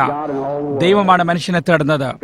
ആദ്യമായിട്ട് മനുഷ്യൻ ഏദൻ തോട്ടത്തിൽ വെച്ച് വീണുപോയത് മനുഷ്യന്റെ രീതിയെ കാണിക്കുന്നു. മനുഷ്യൻ തന്നെ ഒളിക്കുകയും ദൈവം അവനെ തേടുകയുമാകുന്നു. പിതാവ് ആകർഷിച്ചിട്ടല്ലാതെ ആർക്കും എന്റെ അടുക്കൽ വരാൻ കഴിയുകയില്ല എന്ന് യേശു പറഞ്ഞു. അതിനാദ്യമായിട്ട് പിതാവിനാൽ ആകർഷിക്കപ്പെട്ടിരിക്കണം. അതിനുശേഷം ഒരു ദർശനത്തെ കാണുന്നതിനെ പറ്റി നിങ്ങളോട് വിശദമാക്കാൻ ഞാൻ ആഗ്രഹിക്കുകയാണ്. സ്വപ്നം കണ്ടിട്ടുള്ളവർ എത്ര പേർ ഇവിടെയുണ്ട്? കൈകളെ ഉയർത്തുക. നിങ്ങളിൽ ഭൂരിപക്ഷമാകുന്നു. വളരെയധികം ജനങ്ങൾ സ്വപ്നം കാണാറില്ല എന്നുള്ള സത്യമാണ്. നിങ്ങളുടെ ഇടയിൽ ഉപബോധ മനസ്സാണ് എന്ന് നാം പഠിപ്പിക്കപ്പെട്ടിരിക്കുന്നു. നിങ്ങളുടെ ആദ്യത്തെ ബോധവും ഉപബോധവുമാകുന്നു. ഈ ഉപബോധത്തെയാണ് പരിശുദ്ധാത്മാവിനാൽ പ്രവർത്തിപ്പിക്കാൻ ഞാൻ ശ്രമിക്കുന്നത്. ഇതാദ്യത്തെ ബോധമാണ്. ഇവിടെ ഇരിക്കുന്ന ആരോടെങ്കിലും ഞാൻ ചോദിച്ചേക്കാം, നിങ്ങൾ വിശ്വസിക്കുന്നുണ്ടോ? ഉണ്ട് എന്ന് പറയാം. അത് വിശ്വസിക്കുന്നു. എന്നാൽ അകത്തിരിക്കുന്ന മനുഷ്യനെ കുറിച്ച് എന്ത് പറയുന്നു? അവനാണ് കപ്പൽ ഓടിക്കുന്നത്. അത് പൈലറ്റിന്റെ മുറിയിൽ ഇരിക്കുന്നു. ഇത് യന്ത്രമുറിയിലാണ്. ചിലപ്പോൾ നിങ്ങൾ ഉറങ്ങാൻ പോകുമ്പോൾ ഉപബോധത്തിലായിട്ട് സ്വപ്നം കാണും. ഇവിടെ ചെയ്ത കാര്യങ്ങൾ നിങ്ങൾ സ്വപ്നം കാണും. അതിനുശേഷം ഉണരുകയും നിങ്ങൾ സ്വപ്നം കണ്ടതായ കാര്യങ്ങളെ നിങ്ങൾ ഓർക്കുകയും ചെയ്യുന്നു. നിങ്ങൾ സ്വപ്നങ്ങൾ കണ്ടിരിക്കുകയും വളരെ വർഷങ്ങൾക്ക് മുമ്പ് കണ്ടിരിക്കുകയും ഇപ്പോഴത് ഓർക്കുകയും ചെയ്യുന്നു. നിങ്ങൾ ഏതോ ഒരു ഭാഗം അവിടെ അതിലുണ്ടായിരുന്നു, ശരിയല്ലേ? അല്ലെങ്കിൽ വർഷങ്ങൾക്ക് മുമ്പ് നിങ്ങൾ അത് കണ്ടിരുന്ന സ്വപ്നം നിങ്ങൾ ഓർക്കുകയില്ല. ഇപ്പോൾ ശരിയായ ഉറക്കത്തിലായിരിക്കുന്ന മനുഷ്യന്റെ ഉപബോധം വളരെ പിന്നിലായിരിക്കുന്നു. ദീർഘദർശിയുടെ ഉപദേശം പിന്നിലാകുന്നില്ല. അതുപോലെ ഇവിടെയും ആയിരിക്കുന്നില്ല. എന്നാൽ അതിവിടെയാകുന്നു. ദർശനം കാണുമ്പോൾ ഉറങ്ങിയില്ല, കണ്ണുകൾ തുറന്നിരിക്കുകയും അവൻ കാണുകയും ചെയ്യുന്നു.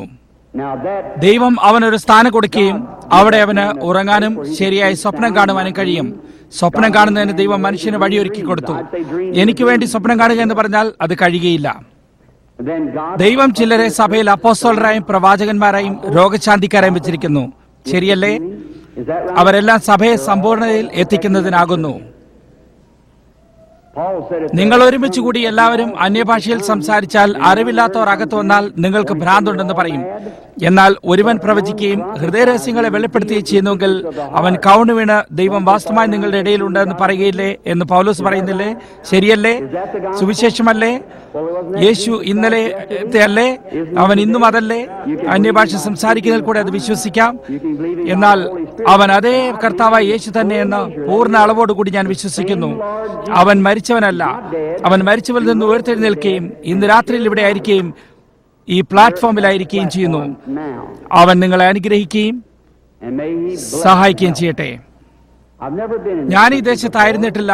എനിക്കറിയാവുന്നിടത്തോളം എന്റെ മുമ്പിൽ നിൽക്കുന്നവർ ഒരൊറ്റ പ്രാണിയെ പോലെ എനിക്കറിയില്ല. പ്ലാറ്റ്ഫോമിൽ വെച്ച് വളരെ കുറച്ചു പേർ മാത്രം. സഹോദരൻ ബോസിനെ ഞാൻ ഓർക്കുന്നു. അദ്ദേഹത്തിന്റെ അടുത്തിരിക്കുന്ന മനുഷ്യനെ കണ്ടിട്ടുണ്ട്, പേരറിയില്ല. എന്നാൽ സഹോദരൻ ലിൻസിയാണ്. ഈ കെട്ടിടത്തിൽ എനിക്കറിയാവുന്നവരായി 3-4 ശുശ്രൂഷകരാണുള്ളത്. ദൈവം നിങ്ങളെ എല്ലാവരെയും അറിയുന്നു, സത്യമല്ലേ? അവൻ നിങ്ങളെ എല്ലാവരെയും അറിയുന്നു. ഈ മഹിളയെ എനിക്കറിയാവുന്നിടത്തോളം ഞാൻ ഒരിക്കലും കണ്ടിട്ടില്ലെന്ന് സ്വർഗത്തിലെ ദൈവം അറിയുന്നു. നാം അപരിചിതരല്ലേ മഹിളയെ? ഞങ്ങൾ ശരിക്കും അപരിചിതരാണ്. എന്നാൽ ദൈവം അവളെ അറിയുന്നു. യേശു ഇന്നലെയും ഇന്നും എന്നേക്കും അനന്യനാണെങ്കിൽ നമുക്ക് ഈ ചിത്രം മാറ്റാം. ഈ സ്ത്രീയെ കുറിച്ച് എന്തോ കണ്ടുപിടിക്കാനായി പോയപ്പോൾ എനിക്ക് കുടിപ്പാൻ തരിക എന്ന് അവൻ പറഞ്ഞപ്പോൾ അവൻ ഇന്നലെ എന്തായിരുന്നു? നീ യഹൂദനായിരിക്കെ ശമരിയക്കാരത്തിയായ എന്നോട് കുടിപ്പാൻ ചോദിക്കുന്ന എന്ത് എന്നവൾ ചോദിച്ചു. യേശു അവളോട് കുറച്ച് സംസാരിച്ച ശേഷം അവളുടെ കുഴപ്പം കണ്ടുപിടിച്ചു. അത് ശരിയല്ലേ? യേശു മരിച്ചവരിൽ നിന്ന് ഉയർത്തെഴുന്നേൽക്കുകയും നമ്മിൽ വസിക്കുകയുമാകുന്നു. കുറഞ്ഞൊന്നു കഴിഞ്ഞാൽ ലോകം എന്നെ കാണുകയില്ല, നിങ്ങളോ എന്നെ കാണും. ഞാൻ വ്യക്തിപരമായ സർവനാമമാണ്. ലോകാവസാനത്തോളം നിങ്ങളോട് കൂടെ ആയിരിക്കും. ഇപ്പോൾ ഇത് സുവിശേഷ സത്യമാണ്. നിങ്ങൾ ചിലപ്പോൾ അപ്രകാരം വായിച്ചിട്ടുണ്ടാകില്ല, അല്ലെങ്കിൽ വിചാരിച്ചില്ല. വേദപുസ്തകത്തിൽ അതാണ് എഴുതിയിരിക്കുന്നത്. വേദശാസ്ത്രം അതിനെ കുറുക്കുവഴിയിലാക്കിയിട്ടുണ്ടാക്കാം. എന്നാൽ തിരുവെഴുത്തിൽ അപ്രകാരം എഴുതിയിരിക്കുന്നത് ലോകാവസാനത്തോളം നിങ്ങളോടുകൂടെ ഉള്ളിലുമായിരിക്കും. ഞാൻ എന്തിനോ വേണ്ടി കാത്തു നിൽക്കുകയാണെന്ന് നിങ്ങൾക്കറിയാമല്ലോ. സത്യമാണ്, അത് കർത്താവിന്റെ ദൂതനാണ്. നിങ്ങളെപ്പോലെ ഞാനും നിസ്സഹായനാകുന്നു. ഒരുപക്ഷെ വിമർശകർ ഇരിപ്പുണ്ടാകാം. എന്റെ യോഗങ്ങളിൽ വെച്ച് ഈ പ്രകാശം കടന്നു വരുന്ന ശാസ്ത്രീയമായ പടങ്ങൾ എടുത്തിരിക്കുന്നത് കണ്ടിട്ടുള്ള എത്ര പേരുണ്ട്? നിങ്ങളിൽ പലരുമുണ്ട്. 1000-ഓളം കോപ്പികൾ വിറ്റ് കഴിഞ്ഞിരിക്കുന്നു. ഹൂസ്റ്റൺ ടെക്സാസിലെ ഡഗ്ലസ് സ്റ്റുഡിയോയിൽ അതുണ്ട്. അവിടെ അമേരിക്കയിലെ ഏറ്റവും നല്ല ഗവേഷകനായ ജോർജ് ലേസി അതെടുത്ത് പരിശോധന നടത്തുകയും അത് രണ്ടായിട്ട് പ്രകർശനം നടത്തിയതാണോ എന്ന് മറ്റും നോക്കിയിരുന്നു. യേശു ക്രിസ്തു ഇന്നലെയും ഇന്നും എന്നേക്കും അനന്യമായി വെളിപ്പെടുത്തിയിരിക്കുന്നു. ഇപ്പോൾ തീർച്ചയായും ഞാൻ അവന് വേണ്ടി കാത്തു നിൽക്കുകയാണ്. ഇന്ന് രാത്രി അവനെ സഹായിക്കുമോ ഇല്ലയോ എന്ന് എനിക്കറിയില്ല. എന്തെങ്കിലും ആത്മപ്രശംസയെ പറയുകയോ അല്ലെങ്കിൽ അവന്റെ രീതിയിലല്ലാതെ ചെയ്തിട്ടുണ്ടെങ്കിൽ ദൈവം എന്നോട് ക്ഷമിക്കട്ടെ. ഞാൻ അങ്ങനെ ചെയ്യാൻ അർത്ഥമാക്കിയിട്ടില്ല. യേശു ക്രിസ്തുവിനെ പ്രതിനിധീകരിക്കാൻ മാത്രമാണ് അർത്ഥമാക്കുന്നത്. അവന്റെ കരുണ ഇന്ന് രാത്രിയിൽ ഇവിടെ ആയിരിക്കട്ടെ. ഈ കാര്യങ്ങളെ പറഞ്ഞിരിക്കുകയും വചനമായിരിക്കെ അവൻ വന്ന് നമ്മളെ സഹായിക്കട്ടെ. എന്റെ പ്രാർത്ഥന. ഇപ്പോൾ പ്രാർത്ഥനയുടെ ഉപകരണം ഉപയോഗിക്കുന്നവർ ഇവിടെയുണ്ടോ? നിങ്ങൾ ആഗ്രഹിക്കുന്നെങ്കിൽ ദയവ് ചെയ്ത് പതിയെ വിശ്വസിക്കാൻ മാത്രം എന്ന പാട്ട് പാടുക. എല്ലാവരും പ്രാർത്ഥനയുടെ അവസ്ഥയിലായിരിക്കുക. നിങ്ങളോട് പറയാതെ തലവണങ്ങേണ്ട ആവശ്യമില്ല, യാതൊരു ആവശ്യമില്ല. പ്രാർത്ഥനയുടെ നിരയിൽ നിന്ന് വരുന്നവരായി നിങ്ങളെ അവൻ ശാസിക്കുകയാണെങ്കിൽ എന്തായിരിക്കും? സത്യമായിരിക്കും. അങ്ങനെയാണെങ്കിൽ നിങ്ങൾ നേരിടാനായി തയ്യാറായിരിക്കണം. ശ്രോതാക്കളുടെ ഇടയിലും എവിടെയായിരുന്നാലും അവൻ പറയുമ്പോൾ ഇത് ഞാനല്ല എന്നാൽ അവനാണെന്ന് അറിയിച്ചിരിക്കണം. എന്നിട്ട് നിങ്ങൾ പോയി ശരിയായി ചെയ്തുകൊള്ളുക. രോഗശാന്തി കിട്ടുന്നതിന് മുമ്പ് ആദ്യമായിട്ട് നിങ്ങൾക്ക് ചെയ്യാൻ കഴിയുന്ന അതിന്റെ കാരണം എന്താണെന്ന് കണ്ടുപിടിക്കുകയാണ്. അതിന്റെ കാരണം എന്താണ്? ഒരു ഡോക്ടറിന്റെ അടുക്കൽ രോഗിയായും തളർന്നു ചെന്നാൽ ഒരു ഡോക്ടർ ആസ്പിരിൻ തരികയാണെങ്കിൽ അതൊരു നല്ല ഡോക്ടർ അല്ല.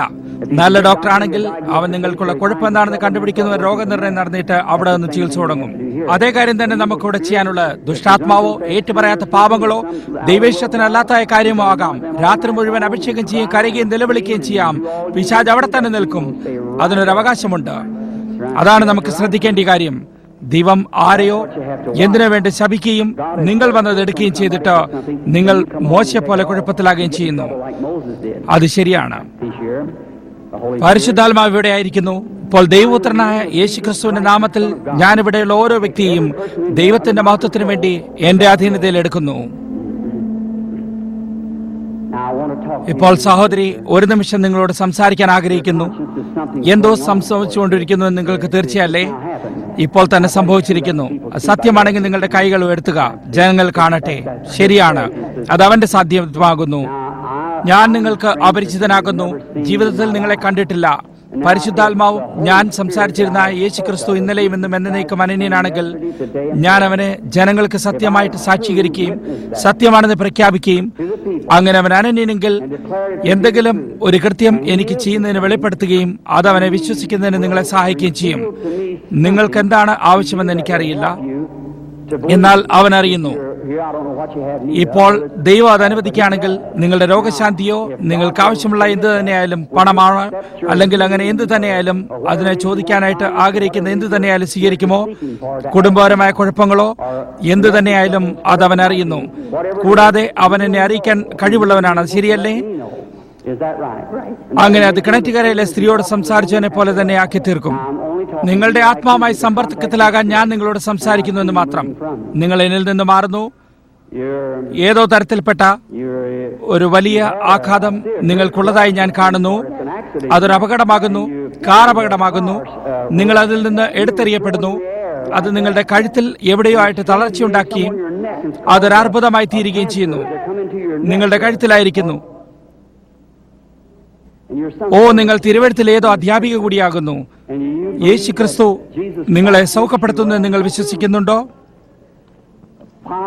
പിതാവായ ദൈവമേ, അങ്ങയുടെ പുത്രനായ യേശു ക്രിസ്തുവിന്റെ നാമത്തിലും ദൈവത്തിന്റെ വചനത്തിന്റെ അധികാരത്തിലുമായിട്ട് ഈ മരിച്ചുകൊണ്ടിരിക്കുന്ന സ്ത്രീയിൽ നിന്നും ഈ ദുഷ്ടന്റെ പ്രവൃത്തി വിട്ടുപോകണമേ എന്ന് ഞാൻ നിന്നോട് അപേക്ഷിക്കുന്നു. സാത്താനെ, നീ തുറന്നു കാട്ടപ്പെട്ടിരിക്കുന്നു. അതുകൊണ്ട് ഈ സ്ത്രീയിൽ നിന്നും ഇറങ്ങി വരികയും ജീവനുള്ള ദൈവത്തിന്റെ സഭ അവളെ വിട്ടുപോകാനും യേശു ക്രിസ്തുവിന്റെ നാമത്തിൽ അപേക്ഷിക്കുകയാണ്. ആമേൻ. ഒരു നിമിഷം നിൽക്കൂ സഹോദരി. ഞാൻ നിങ്ങളോട് സംസാരിക്കാൻ ആഗ്രഹിക്കുന്നു. കാരണം അത് പോയി കഴിഞ്ഞിരിക്കും, നിങ്ങൾ അറിയുന്നു. അതുപോലെ തന്നെ അത് അവിടെ ഉണ്ടായിരിക്കും. നിങ്ങളുടെ തൊണ്ട ഏറിക്കിടക്കുന്ന വഴങ്ങിയിരിക്കുന്നില്ലേ? അതെല്ലാം അവരിൽ നിന്ന് പോയി കഴിഞ്ഞിരിക്കുന്നു. തൊണ്ടവീക്കം വിട്ടുപോയിരിക്കുന്നു. ദൈവം നിങ്ങളെ അനുഗ്രഹിക്കട്ടെ. ഇപ്പോൾ സന്തോഷിച്ചും ആനന്ദിച്ചും കൊണ്ട് നിങ്ങളുടെ വീട്ടിൽ പോയിക്കൊള്ളുക. ഇപ്പോൾ കർത്താവായ യേശുവിൽ മാത്രം വിശ്വസിക്കുക. നിങ്ങൾ ഈ കാര്യങ്ങളെക്കുറിച്ച് ചിന്തിച്ചുകൊണ്ടിരിക്കുമ്പോൾ കർത്താവായ യേശുവിനെ ഇപ്പോൾ തന്നെ നിങ്ങളുടെ വിചാരത്തിന്റെ കേന്ദ്രമാക്കുക.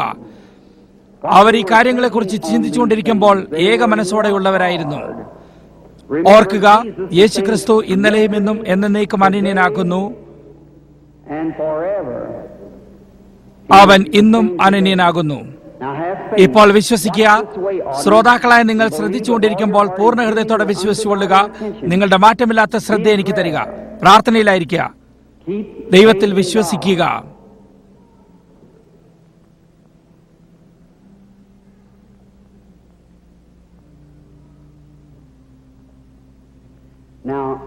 ഇപ്പോൾ ഈ മഹിളയാണെന്ന് ഞാൻ വിചാരിക്കുന്നു. അവരാണ് സുഖമില്ലാതിരുന്നത്. ശരി, അടുത്തു വരിക സഹോദരി. തീർച്ചയായും അത് നിങ്ങൾക്ക് ഹാനികരമാക്കിയില്ല. ഇത് അവന്റെ സാന്നിധ്യമാണ്. നോക്കുക, ഞാൻ നിങ്ങളുടെ സഹോദരനാണ്. ഇത് മനഃശാസ്ത്രമല്ല. അപ്രകാരമൊന്ന് ശ്രോതാക്കളുടെ ഇടയിൽ നിന്ന് വരുന്നതായി ഞാൻ അനുഭവപ്പെട്ടു. ഇത് അതാകുന്നില്ല. ഇത് സർവശക്തനായ ദൈവമാണ്. ഇത് മനഃശാസ്ത്രമല്ല. ഇതല്ല. ഇപ്പോൾ അങ്ങനെ ചെയ്യരുത്. ഒരേ മനസ്സോടുകൂടി കർത്താവായ യേശുവിനെ കുറിച്ച് നിങ്ങൾ ചിന്തിക്കുമാകാം. അപ്പോൾ സഹോദരി, ഒരു നിമിഷം ഞാൻ നിങ്ങളോട് സംസാരിക്കാൻ ആഗ്രഹിക്കുന്നു. നാം അപരിചിതരാണ്. യേശുക്രിസ്തു നമ്മെ രണ്ടുപേരെ അറിയുന്നു. ഭൂമിയിൽ നാം ആദ്യമായിട്ടാണ് കണ്ടുമുട്ടുന്നത്. അവൻ നിങ്ങളെ അറിയുകയും നിങ്ങളുടെ ജീവനെ പരിപാലിച്ചിരിക്കുകയും ചെയ്യുന്നു. അവൻ എന്നെയും അറിയുന്നു. അവൻ നിങ്ങളുടെ സഹോദരനായ ഞാൻ അവന്റെ കൃപയാലും ഒരു ദൈവിക ദാനത്താലും അത് വരുന്നതിൽ എനിക്ക് യാതൊന്നും ചെയ്യാൻ സാധ്യമല്ല. ഞാൻ ജനിച്ചപ്പോൾ ഒരു ബാലനായിരിക്കുമ്പോൾ എനിക്ക് ഓർക്കാൻ കഴിയുന്ന കാര്യം ഒരു ദർശനമായിരുന്നു. ഇപ്പോൾ ഒരു ദിവസം നിങ്ങൾ ഇപ്രകാരം നോക്കാൻ ആഗ്രഹിക്കുന്നു. നിങ്ങൾ രോഗിയാണ്, തീർച്ചയാണ്. നിങ്ങൾ കഷ്ടപ്പെടുന്നത് നിങ്ങളുടെ ചുറ്റുമായിട്ട് ഇരുണ്ട ആത്മാവാണ്. അത് മരണമാണ്. അത് ക്യാൻസറിന്റെ രൂപത്തിലാണ്. ഈ ക്യാൻസർ നിങ്ങളുടെ സ്ഥാനങ്ങളിലാണ്. ആരോ നിങ്ങളെ പരിശോധന നടത്തിയിരിക്കുന്നു. നിങ്ങൾക്ക് അതൊരു പിളർന്ന അവസ്ഥയിലാണ്. അത് നിങ്ങളുടെ കുടലിലാണ്. നിങ്ങൾക്ക് വയറ്റിലും കുഴപ്പമുണ്ട്. കഠിനമായ ഹൃദയരോഗം നിങ്ങളെ ബോധം കെടുത്തിയിരിക്കുന്നു. കുറച്ച് ദിവസങ്ങൾക്ക് മുമ്പ് നിങ്ങൾ കട്ടിലിന്റെ ഒരു വശത്തായിട്ട് വാതിലിലേക്ക് നോക്കിയിരിക്കുകയായിരുന്നു. അപ്പോൾ നിങ്ങൾ മിക്കവാറും പോയി കഴിഞ്ഞിരുന്നു.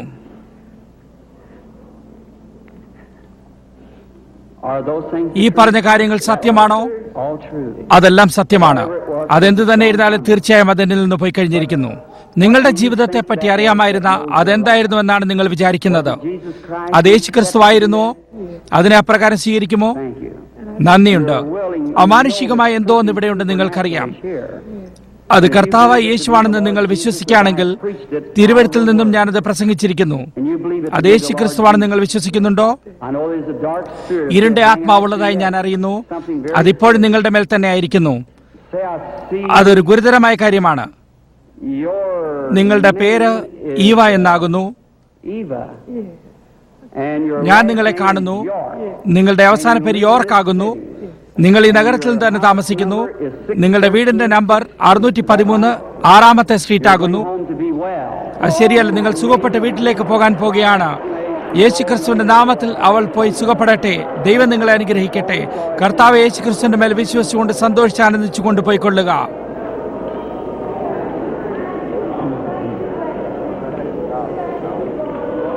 വിശ്വസിക്കുക മാത്രം, സംശയിക്കരുത്. അധികം തിന്മയായത് ഭവിപ്പാതിരിപ്പാൻ ഇനിയും പാപം ചെയ്യരുതെന്ന് തിരുവെഴുത്ത് പറയുന്നു. പാപം അവിശ്വാസമാകുന്നു. പാപം പുകവലിയോ മദ്യപിക്കുകയോ ചൂത് കളിക്കുകയോ അതുപോലെയുള്ളത് പാപത്തിന്റെ ലക്ഷണങ്ങൾ മാത്രമാകുന്നു. നിങ്ങളത് ചെയ്യുന്നത് നിങ്ങൾ വിശ്വസിക്കാത്തത് കൊണ്ടാണ്. യേശു പറഞ്ഞു, അധികം തിന്മയായത് ഭവിപ്പാതിരിപ്പാൻ ഇനി പാപം ചെയ്യരുത്. ദൈവത്തിൽ വിശ്വസിക്കുക. നിങ്ങളുടെ പൂർണ്ണ ഹൃദയത്തോടെ വിശ്വസിക്കുക.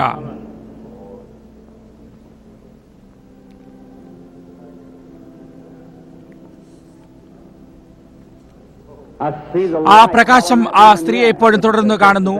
അത് വിട്ടുപോയിരിക്കുന്നു. അത് അവിടെ ഇരിക്കുന്ന നിറക്കാരനായ ഒരു വ്യക്തിയുടെ മേലായിരിക്കുന്നു. അത് മഹിളയാകുന്നു. അവർക്ക് മൂത്രാശയത്തിൽ വ്രണവും പിളർപ്പുമാകുന്നു.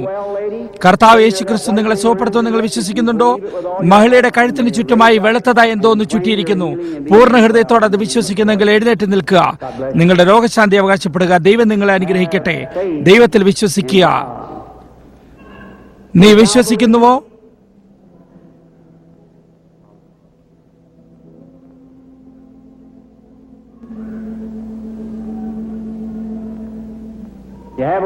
നിങ്ങൾക്കൊരു ഉടവുണ്ട്, അങ്ങനെയല്ലേ സാറേ? അത് ശരിയല്ലേ?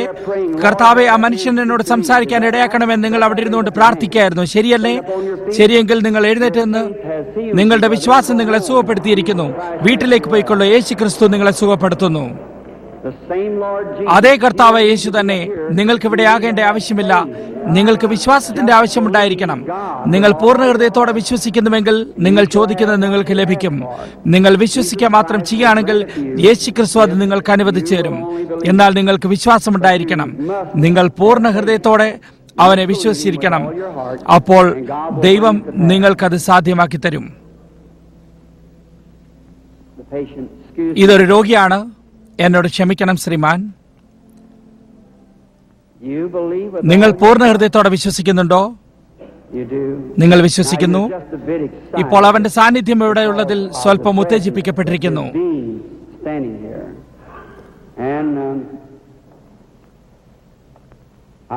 നിങ്ങൾ ഈ നഗരത്തിൽ നിന്ന് വെളിയിൽ നിന്നുമാണ് വന്നിരിക്കുന്നത്. നിങ്ങളും അമേരിക്കൻ കോൺഗ്രസിൽ നിന്നാണ് വന്നിരിക്കുന്നത്. അത് റിച്ച്മണ്ട് വെർജീനിയ ആകുന്നു. നിങ്ങൾക്ക് ക്യാൻസർ വായ്ക്കുള്ളിൽ താടിയലിലാകുന്നു. സുഖപ്പെട്ട് വീട്ടിലേക്ക് പോകാൻ ആഗ്രഹിക്കുന്നു. യേശുവിനെ സ്വീകരിക്കുക.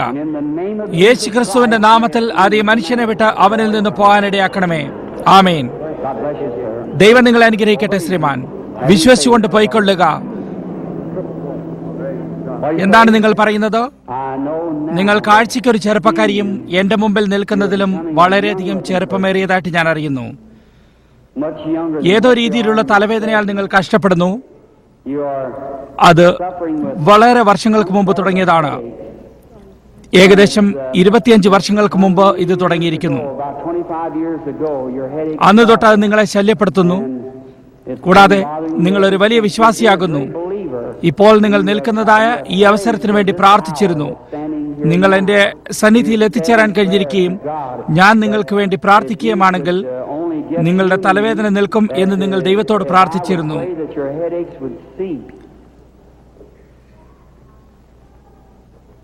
ഈ കാര്യങ്ങൾ സത്യമാണോ? അത് സത്യമാണ്. ഇപ്പോൾ ഇതെന്താണ് പറഞ്ഞത് നിങ്ങൾ കേട്ടിരിക്കുന്നു. അത് ഞാനായിരുന്നില്ല, എന്റെ ശബ്ദമായിരുന്നു. അത് അപ്രകാരം തന്നെ ആയിരുന്നില്ലേ? അത് പറഞ്ഞതുപോലെ തന്നെയായിരുന്നു. ദൈവമാണ് അത് ചെയ്തതെന്ന് നിങ്ങൾ വിശ്വസിക്കുന്നുണ്ടോ? നിങ്ങൾ വിശ്വസിക്കുന്നു. ദൈവമാണ് അത് ചെയ്തതെന്ന് വിശ്വസിക്കുന്നു.